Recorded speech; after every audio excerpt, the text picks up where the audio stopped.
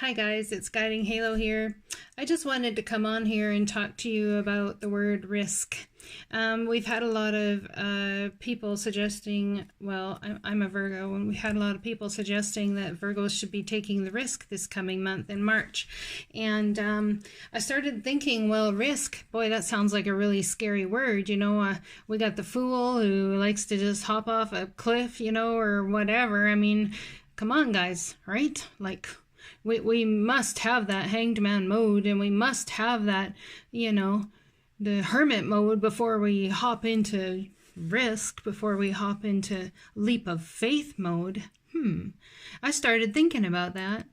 And yes, as we all need to do, reflect. And we all should be doing that every day, at least for a period of 10 minutes, reflecting and waiting on divine source to give us little nuggets of knowledge here and there. It really helps us lose resistance. That's a whole nother video. Anyways, I want to talk about risk. Now, in the word risk, I truly believe, I was thinking about cool, things we could use to explain the word risk. I had the Fool card out here, and I think he ran away on me somewheres. Anyways, see, he just ran away on me, just like the little fool. He just I had all these plans, and he's up and gone. He's probably walking off a cliff somewhere, right? But anyways, what I wanted to talk to you guys about is risk, and how risk can be incredibly rewarding. I was thinking, what if we actually named the word risk, did an acronym type thing, I think that's the word for it, and actually thought, risk could mean rewards in scattered knowledge. Now, the good old Fool card can be put anywhere in the deck, right? This little guy's energy, see him looking there? Yeah, he's like, oh man, I'm gonna go walk off this cliff. This is great. Yeah, I'm just feeling, good about life, and I'm gonna go do this stuff. Well, before that happened, it's very possible something like this happened. Perhaps he went inward, spent some time inward, and decided, I'm gonna just head on out of there. Well, the reality is, here's your situation, and here's the person laying there, you see?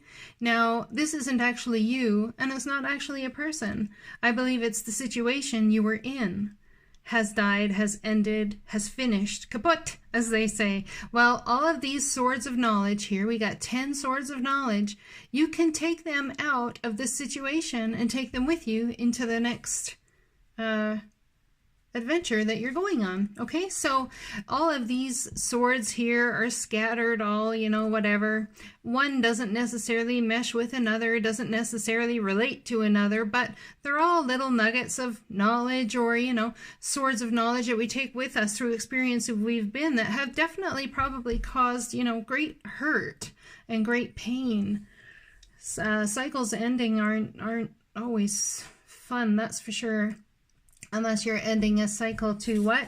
Stop this kind of energy, which is the Nine of Swords, sleepless nights, turmoil, don't know where to go, don't know how to move forward, don't know how to even get out of where you are, right? So if you want to end this sort of behavior, this sort of energy, then you take a leap of faith towards ending a situation. Now, the Fool can be put anywhere in the deck, as I've said, and it could be here. Maybe he's taking a leap of faith after the situation, right? Maybe he's taking a leap of faith to sort through some things so that he can possibly get through this phase and end this situation. We all have phases that we go through. I want to say that I believe that Source can come to you in Hanged Man mode and give you clarity to a certain extent, as much as it can in Hermit mode as well. However, this little dude here, taking all his swords and knowledge with him, you can only get so far in this energy. You can only get so far in this energy. You can only get so far in Hanged Man mode, and you can only get so far in Hermit mode. Hindsight's 20/20 vision, okay? And you cannot have 20/20 vision unless you move forward. You cannot have hindsight. Do you see what I'm saying?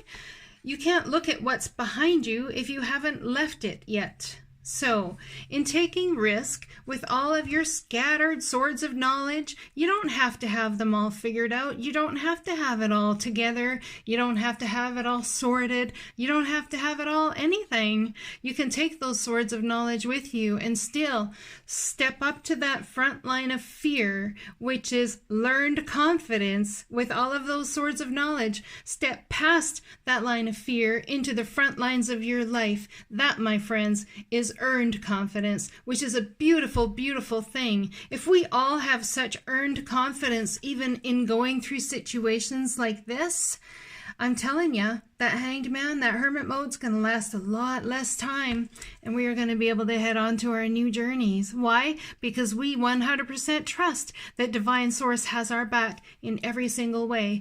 Divine Source, I believe, this is just me, has a very hard time, well, maybe not a very hard time, but it can only bring so much to you in action, okay?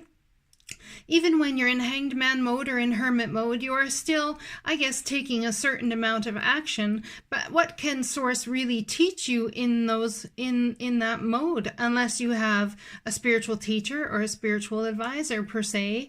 Perhaps Divine Source is that for you. We should all be going in and meditating 10 minutes a day, absolutely, to gain, if nothing else, just to lose resistance in our thoughts and in our mind. Calm your mind so that you can actually have, some clarity on a daily basis, as opposed to having to freak out because this has happened. So if you take the time to meditate and take the time to go inward on a daily basis, perhaps from this to this, the time will be a lot shorter. Perhaps a lot of this actually can be avoided. But nonetheless, when we leave something and we head into the Fool mode and we take that leap of faith to start fresh again, to get going, to put ourselves out there, to understand that healing doesn't necessarily come before you take this leap of faith. There's actually an overlap at times, okay? Now let's get back to risk. Rewards in scattered knowledge. When you take all of those swords of scattered knowledge, it's only in hindsight that you will understand how one sword connects to another sword, how this is connected to this. Why? Because you've stopped being inactive.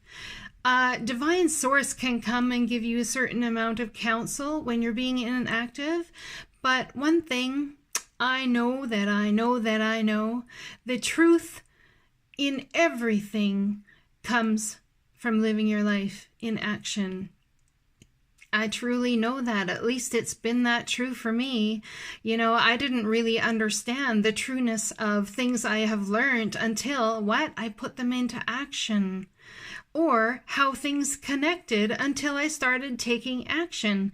Action is so important. Risk is so important. Stepping past fear, stepping past, or even just taking all your swords of knowledge with you and just saying, you know what? I'm heading out on this adventure. Oh, Divine Source has my back. Whether I fall, which would be lessons learned, yet again, more swords of knowledge, or whether I fall and I still succeed, whether I succeed and I don't fall, all still swords of knowledge. It's still all the opportunity to grow. Let's all take that risk. Let's do it. Remember that your swords, even though they're not all matching up right now and you don't know what happened, you don't know how it happened, you don't know anything like that, I do know that all of those swords can be taken with you in this new journey, in this leap of faith. There are huge rewards in scattered knowledge. And when you take action and you take that leap of faith, that's when everything starts to make sense. That's when Source can do the deepest teaching. Blessings. Take care.